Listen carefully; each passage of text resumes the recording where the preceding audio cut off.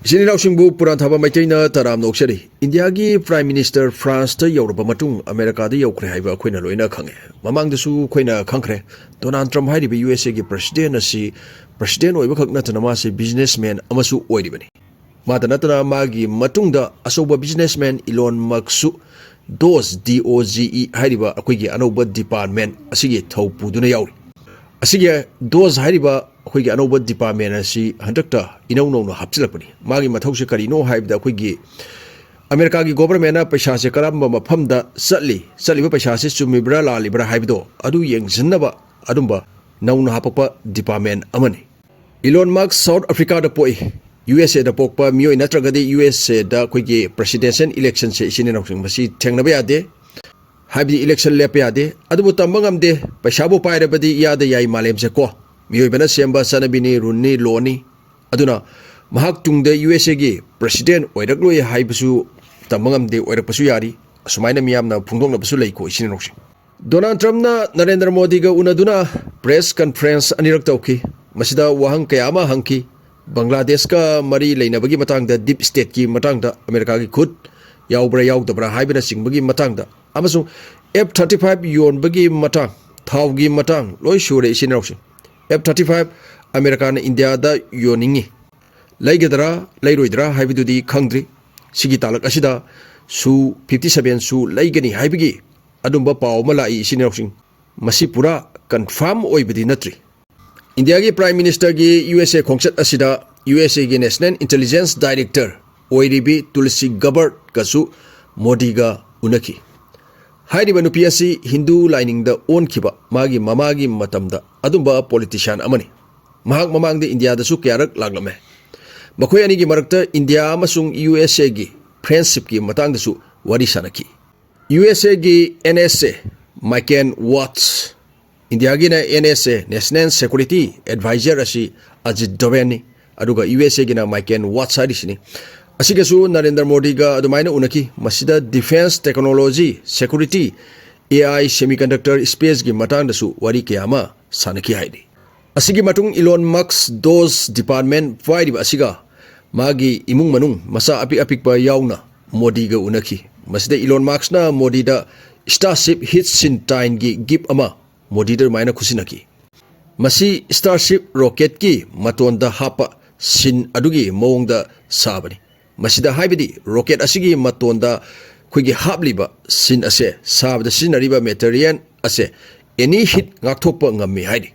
Narendra Modi amasung Elon Musk na space mobility technology innovation gi matangda wari sanaki masida akhang ai singna haidibasi Starlink amasung ISRO tungda atopa mission kaya amada thabak tominarpa yabagi oithokpa lei asini asigi matung Narendra Modi ga Vivek Ramaswamy ga unaki Vivek Ramaswamy Indian origin USA da popani mase USA gi politician amasung businessman ni mamang da khogi presidency election gi candidate oina dumaina thoklami adu to aganda mana khogi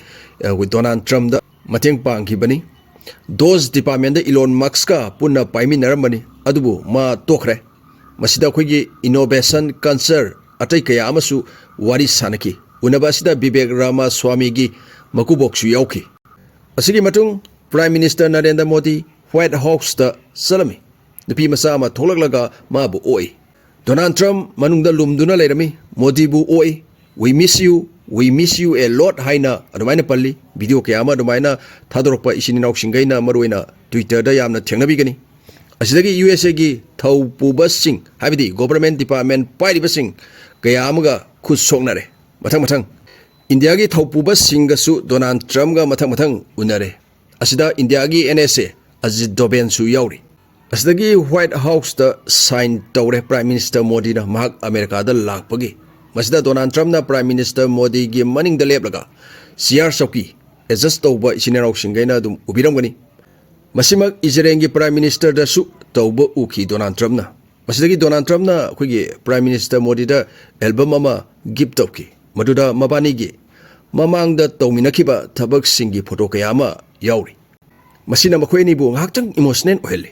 media singi mamang da phaminaraga masida thaw haibidi oil gi matang da wari sanaki mayamna khangli Indiana Russia digi thaw kayama leiri atai gi yengnabada hongna su Russia na dumaina piri Donald Trump businessman ni asina haiba hore India makhwaidagi thau layu haiba Prithvi de USA na khwaidagi yamna thau puthoi tab de sini nok singai na soidana angak pa phorongani akoina tari ba asina Middle East ki paw ngaktani ko sigi matang thau puthopagi matang ta maroina Kuwait khoigi Saudi Arabia ko Saudi Arabia dagi Russia ne hena thau puthoi Russia dagi USA na amuk hena amuk puthoi 2024 report ki matung in Masimakta da USA na thau lection ba lepte atopa leibak tagi hongna karigino haibda amuk tang ni yon bayana bani ko na ko India na USA dagi thau leidiba ase yamna nemi Russia ga yengna bada asina maram oirga USA dagi thau yamna layu haiba hore paisa tanba pamba haiba ta bani sinarok amarom dadi ko yengsi Russia na piriba thau maman asidagi USA na hena hongna piba ngambra haibudu piba ngamdragadi kari kana runi leiru bagidamukta Press conference amada Midiana Bangladesh ki matang da Donald Trump da Deep State ki ron gi matang da hangbada Maduda Prime Minister Modi da sinare haina adumaina khumlaki leader ani asi unabada USA gi khulai sing India da yonba hengat pagi matang da supali amasung India da F-35 plane asi yoning bagi apamba su adumaina phongdoragli Russia na Su-57 gi matang da pirakpo offer kaya ama akoina khangle plane ani asida karamba lawdori bano amata lawroi dawri bara haiba hauji phawba confirm ta ba ngamdri sinenok sing adubu ningphu khara ngangnare maramdi India na Su-57 se leibe ya bagi adumba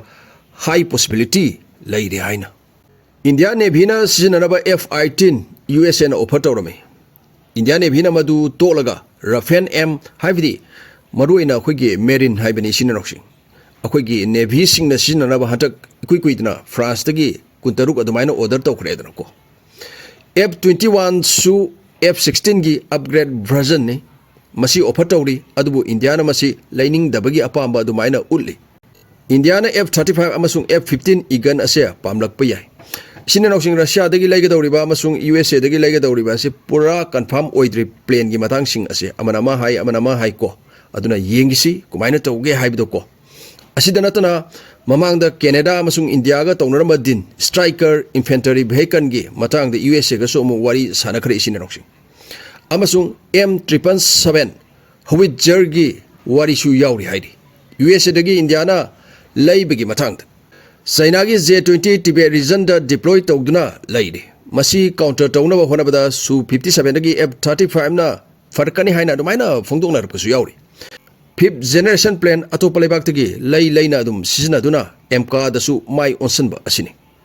MK project asi sinarok sing mai pakna bhona bada matam di kaya ama sangduri adubu China gi khoi gi fifth generation amsung sixth generation rom da khoi gi yamna mang thajlapa asina maram oiraga athu bada India na khoi gi USA gi F-35 la natragana Russia gi Su-57 la ani sigi marakta amadi thu na khandabadi yaroi dawri Donald Trump gi ahan batam da F-35 India da yon ba dumaina thinki leige hairagadi India na Russia gi S-400 din adu hana tokthu adu ergadi pige sini toktragadi piroi asini ko dumaina tawgi